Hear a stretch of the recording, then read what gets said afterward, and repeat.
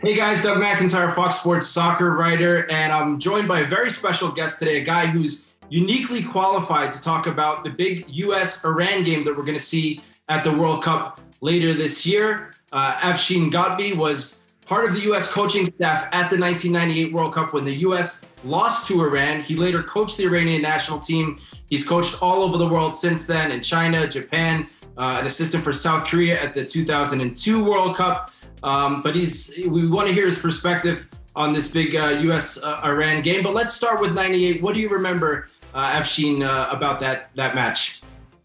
Hi, Doug. First of all, thank you for inviting me to your show. It's very nice to be with all your viewers. The game in '98 World Cup was a very special game for me.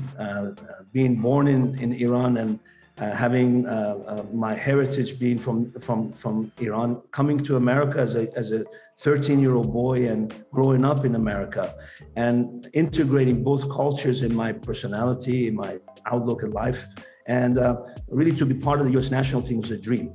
And then having the two teams play against each other, you are torn. Your heart and your mind are going in different directions. The game had obviously a political tone. Coming into the game, there was enormous buildup of anxiety and pressure and stress. And I followed the news and what was happening with the Iranian team very closely. And I think both teams came in having to win. They must win to stay alive in their pursuit of qualifying for the next phase. The fans were very special in this game because you saw Iranian men with American women with Iran flag and US flag on their cheeks, or vice versa. You saw people that were so friendly and so incredibly creating an atmosphere that overshadowed all the politics between the two countries. And I think for me, it was very special and heartwarming to see that. And I think the U.S. team was very dominant, especially in the early stages of the game. We hit the post, the crossbar. We had some wonderful chances. I think everyone, even non-sporting people, were watching this game because of the political overtone of the match. What was your reaction when the U.S. was drawn against Iran, or they were drawn together at the World Cup draw earlier this month?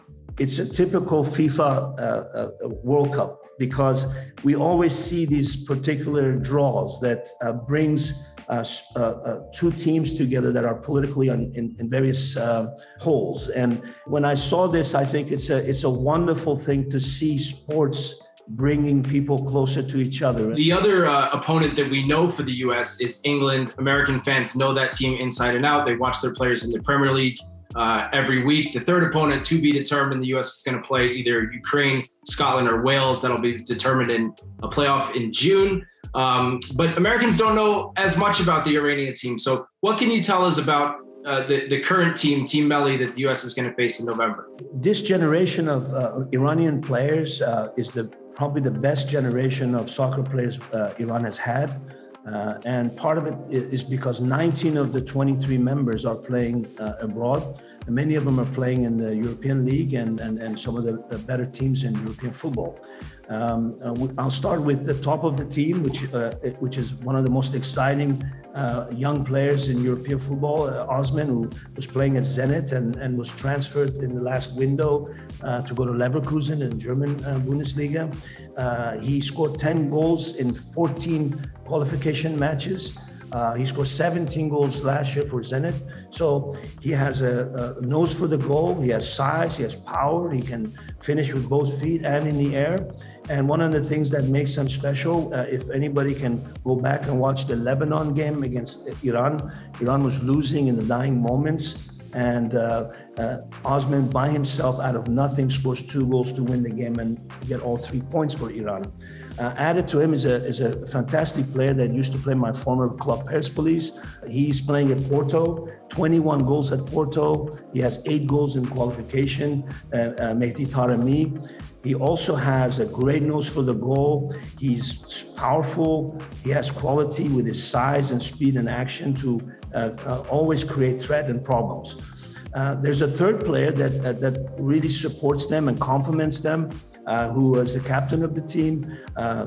Ernie Stewart loved them because he brought him to AZ, and he had a great period in AZ, and from there he went to England and came back again to Holland at Feyenoord. What makes him special, he's an in and out winger. He comes in, he goes out, he has action, he can give final balls, and on dead ball situations, he's providing fantastic services.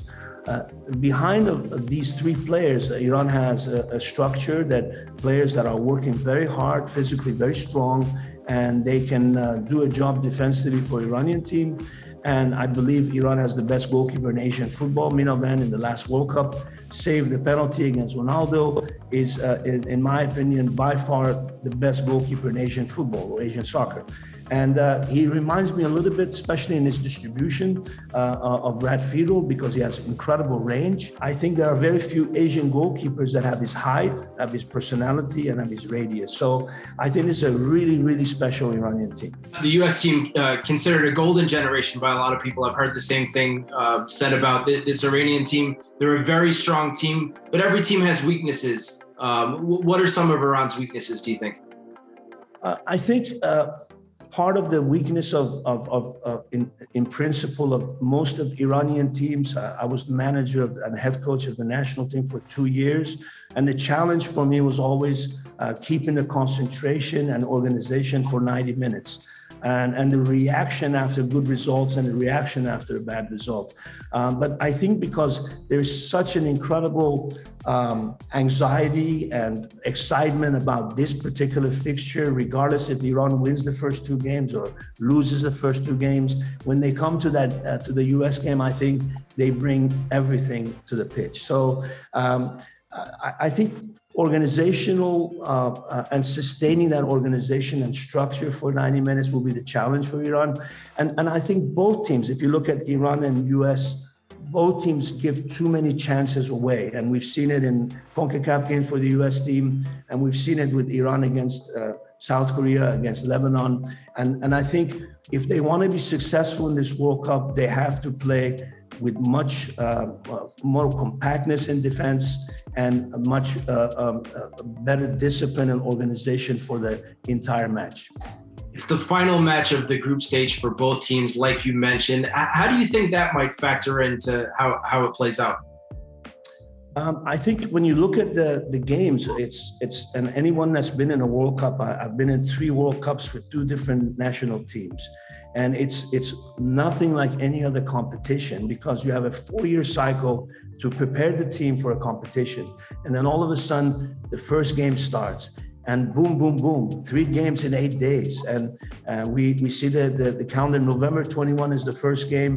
And then we go 8 days fast forward is the last game. So I think the fatigue, injuries, form, they will all play a factor. Confidence will play a factor. And we're 7 months away from the Cup. So I think a lot can happen. And we see in one club game, all of a sudden, a key player gets injured and can make all the difference. So it's going to be a great game. And I hope everyone in America and everyone all over the world will watch this game, because we have 2 generations of fantastic football players meeting together. Afshin, you've spoken about Iran. I want to ask about you a little bit, because your background is fascinating. I gave a little intro, but couldn't fit everything in there. You played college soccer for UCLA. You coached their women's team, and you most recently coached in the Chinese Super League, but you're not coaching at the moment. I'm curious what's next for you, and if maybe you want to come back to the US at some point. We saw 2 MLS jobs open up just in the last week in DC and San Jose. Any interest in coming back to the States at some point in the future? Well, my immediate family and my daughters, my parents are living in America, and I've always wanted to finish my career in America and coach in America. The opportunities has not come. The last time I was working in America was with the LA Galaxy in 2004 and 5. But I'm very interested to come back, because I believe there is such a great generation of players that have come to the American soccer scene. The infrastructure that didn't exist when I was a youngster in America is there. The professional league is, and Major League Soccer, and even in USL is flourishing. And I think there's so much I can offer, partly because I've worked in 7 countries. I bring cultural and emotional intelligence and the football intelligence that I've learned working with the greatest coaches in the world, like Gus Hiddink and Dick Advocate. So I think there is room for me somewhere in America that I can contribute. Afshin Ghotbi, it was a pleasure chatting with you. We hope to do it again soon, and certainly as the big US-Iran game gets closer. But thank you so much for your time. Really appreciate it. Thank you for having me, and it was wonderful to be with you, Doug.